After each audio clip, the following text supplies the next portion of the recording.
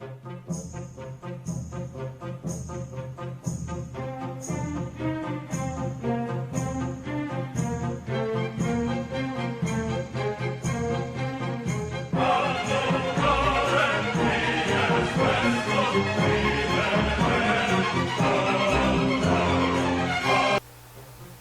pessoal, mais uma vez estamos aqui para mais um programa, A História do Brasil que o Brasil não conhece. Semana passada havíamos combinado que hoje estaremos falando sobre Aleixo Garcia e sobre a vinda dos Templários para o Brasil após a sua supressão. E teríamos também combinado de falar sobre Cosme Fernandes de Cananéia.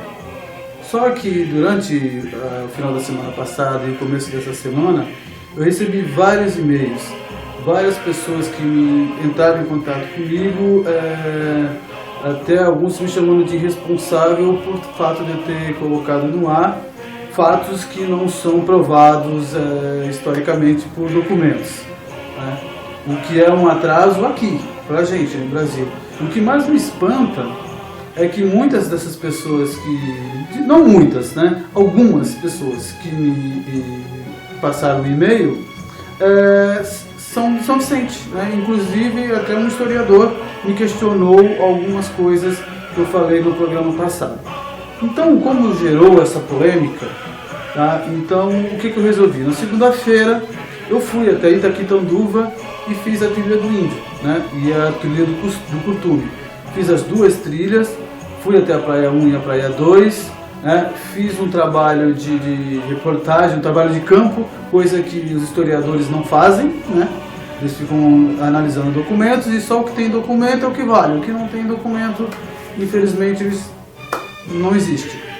O que não é verdade, tanto é que está a prova lá. Então eu fiz um documentário, né? Um curtinho, uma coisinha curta, só para a gente ter uma ideia do que é realmente, tudo aquilo que foi falado tem uma caução, né? Tem alguma coisa, tá ali, tá uma prova física, não é documental, mas é uma prova física, tá bom? Vou falar um pouco também sobre o maremoto, né? Que mudou a costa da nossa região, criou a Baía de São Vicente e mudou a costa de Santos, né? Eu vou estar falando sobre isso também. E eu queria aproveitar e mandar um recado para o Reginaldo Villanova, meu amigo, né? Ele me mandou duas perguntas sobre a história do Brasil, que eu ainda vou falar lá na frente, né? Que era perguntando sobre Pedro Álvares Cabral, né?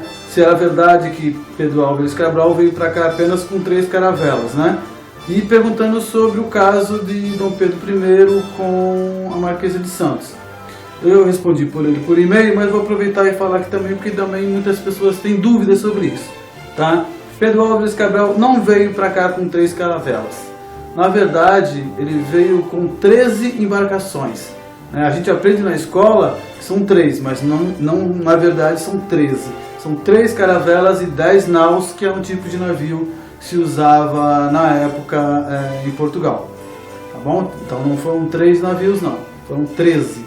Tá? Com 13 comandantes. Cada navio tinha um comandante próprio e que já tinha bastante experiência em andar no mar. Então o que prova, né, você vai acumulando essas provas de que Pedro Álvares Cabral não veio para cá por engano. Ele pode ter errado, mas os outros 12 teriam avisado a ele que ele estaria indo na direção errada, o que não ocorreu. Eles vieram direto para cá para o Brasil. E a segunda pergunta, que é sobre o caso do Dom Pedro I com a Marquesa, realmente é verdade, tá bom?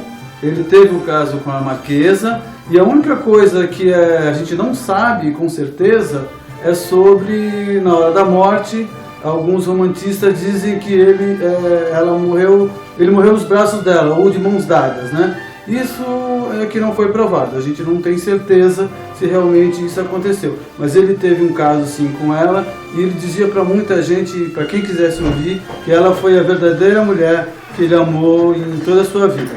Tá bom, pessoal? Então vamos lá ao vídeo e daqui a pouco eu volto. Essa aqui é a trilha de Itaquitanduva, tá? Tô eu aqui, meu parceiro Lucas, encarando essa trilha aqui maravilhosa. Estamos quase no pico do Morro do Japuí. Vamos em frente que ainda tem muita coisa. Então pessoal, essa aqui é a Praia 1 de Itaquitanduva, tá? Essa é a visão que desde os tempos primórdios, há 3.000 anos atrás, os índios já tinham de quem chegava ao nosso continente, né? Essa é uma baía pequena, hoje está neblina, então não dá para a gente ver mais profundamente. Mas é mais ou menos dessa posição que os antigos índios tinham a visão, né, das pessoas que chegavam nessa baía.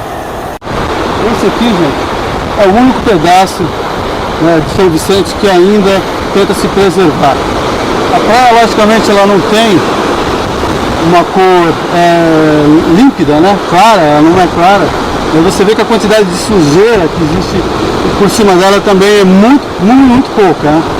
Ela é uma água bem gostosa de você tomar um banho. Os surfistas gostam muito dessa praia aqui por causa das formações das pedras, fazem umas ondas bonitas. Enfim, é o último refúgio que São Vicente tem, mais próximo que era na chegada dos portugueses aqui no Brasil. Essa é a praia de Itaquitanduva, praia 2. Aqui você tem a visão da Baía de Itaquitanduva. Ao lado a gente tem a praia do Itararé e depois a praia da Biquinha, né? A Baía, São Vicente. Então toda essa área aqui, ela foi modificada com o maremoto de 1546. Essas quantidades de pedras que a gente vê aqui, provavelmente não é uma construção natural. Deveria ter alguma barreira. Você vê pelo alinhamento das pedras que elas caíram, elas praticamente desabaram. Então isso aqui devia ser uma fortificação, alguma coisa assim. Só que com a força do maremoto derrubou, permanecendo elas até hoje aqui no local. Isso aqui são umas construções que a gente vê aqui em Itaquitanduva, na praia de Itaquitanduva. Eu não posso afirmar com certeza, mas é bem característico das construções pré-colombianas que a gente vê no Peru e no Grande México. Tá? Essa aqui é a trilha mais antiga de São Vicente e do Brasil. É chamada de Trilha do Índio. Provavelmente é a bifurcação que termina a trilha do Piaberu, a trilha mais antiga das Américas.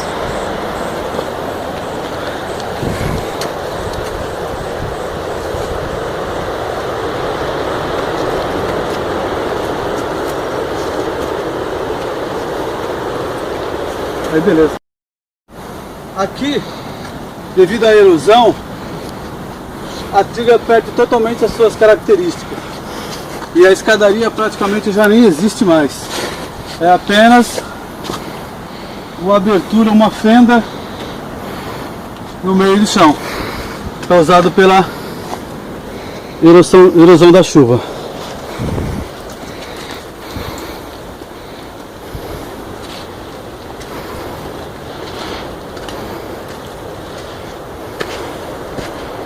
Vamos junto. Uns anos atrás tinha uma formação de pedra circular. Infelizmente o tempo desabou, jogou para baixo essa construção. Mas é nitidamente que é um ponto de referência de observação do mar. Sem essa árvore aqui da frente, você tem a visão de toda a baía, de todo mundo que chega e sai da baía e da praia de Itaquitanduva. Essa parte está mesclada de uma parte original e a outra que foi feito o manejo pelos surfistas aqui da região. Mas você pode ver o tipo e a altura dos degraus, eles são praticamente milimétricos, são assimétricos no caso. Bem parecido também com as escadarias que a gente encontra nos Andes no Peru.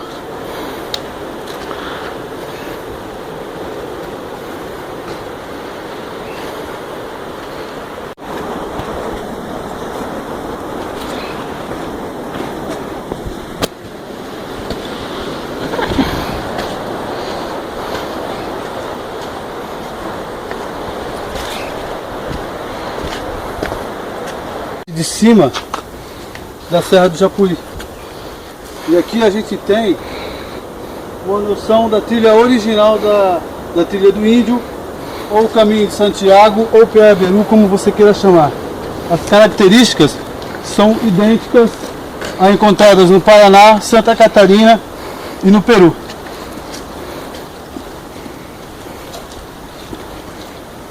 Mais ou menos 1, 2, 3, 4, 5, 6, 7, 8 palmos. Estamos entrando para mata mais fechada.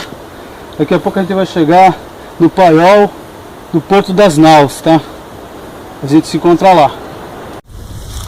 Essa aqui são as ruínas do primeiro porto alfandegado da América Latina, tá?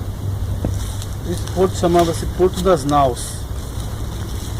As mercadorias que chegavam lá na praia de Itaquitanduva, onde a gente viu, atravessavam pela trilha do Índio, seguiam por aqui em direção ao Cubatão, ao Perequê. Do Perequê, as mercadorias subiam para o Planalto, subiam até São Paulo. Essa era a rota que se fazia na época dos jesuítas, por exemplo. Mas essa rota já é bem anterior, porque eles saíam daqui e iam até o Peru, o Alto Peru nos Andes. Pessoal, espero que vocês tenham gostado desse passeio, né, desse passeio histórico que a gente fez aqui na praia de Itaquitanduva e na área do Japuí, São Vicente, tá? Quero agradecer a todos, né, a atenção de ter visto, né, esse vídeo. Ele é muito instrutivo para quem gosta de história. Quero agradecer também ao Lucas, né, o Lucas, nosso cinegrafista oficial de hoje, dessa aventura. Valeu, Lucas, valeu para vocês, até a semana que vem.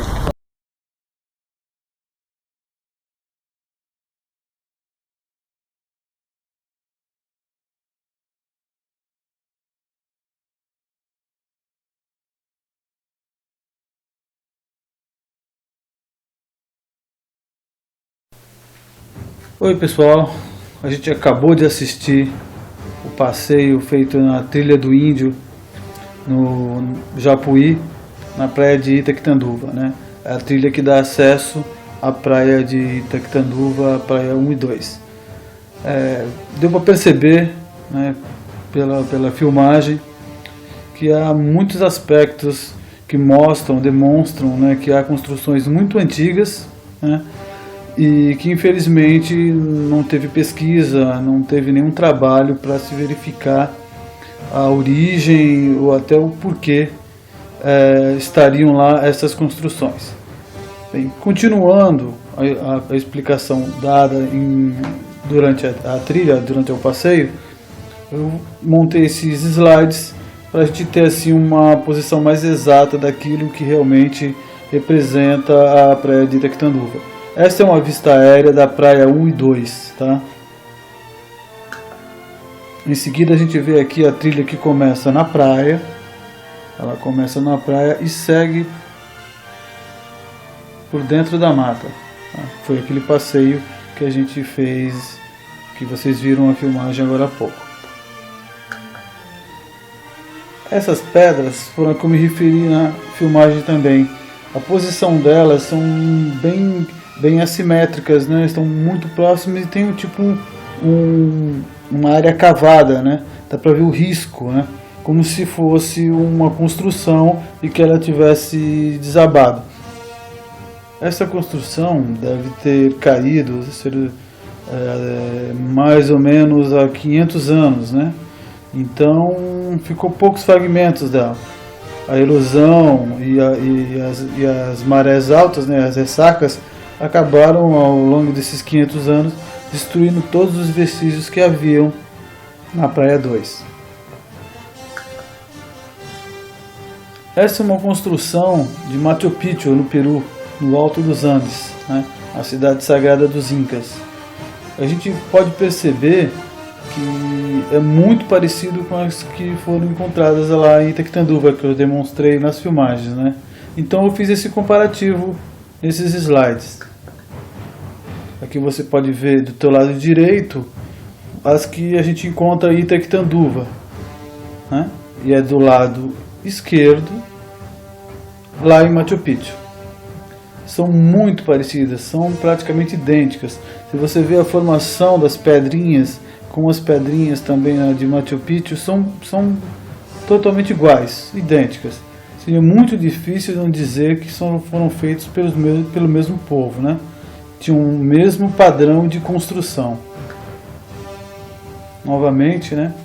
Você vê a diferença entre as construções de Machu Picchu no Peru, feita pelos Incas, e as da construção maia, por exemplo, no México.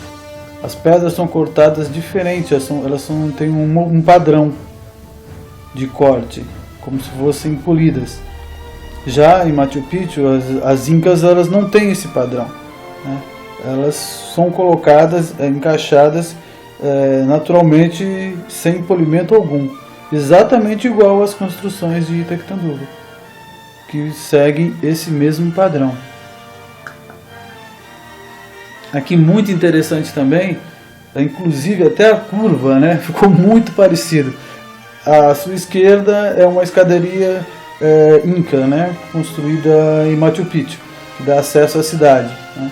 É uma trilha, não chega a ser uma escadaria, é uma trilha com degraus, exatamente igual às que a gente tem lá em Itaqui-Tanduva. A diferença é que a erosão destruiu, né? Não teve cuidado, não teve nenhum trabalho de restauração e nada. E o tempo acabou destruindo, né? Essa trilha, essa passagem.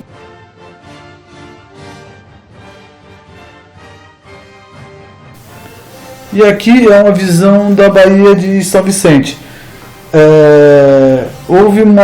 Há uma polêmica muito grande quando se fala do maremoto, do tsunami que atingiu a cidade de São Vicente e Santos, né? Então, por alguns mapas antigos, a gente vê que realmente houve uma mudança muito grande na área de praia, né? Na área de costa da nossa região. Então, através de algumas pesquisas de alguns mapas, a gente chegou à conclusão que essa baía ela foi totalmente modificada. Ela era assim, tá? Ou muito próxima a isso.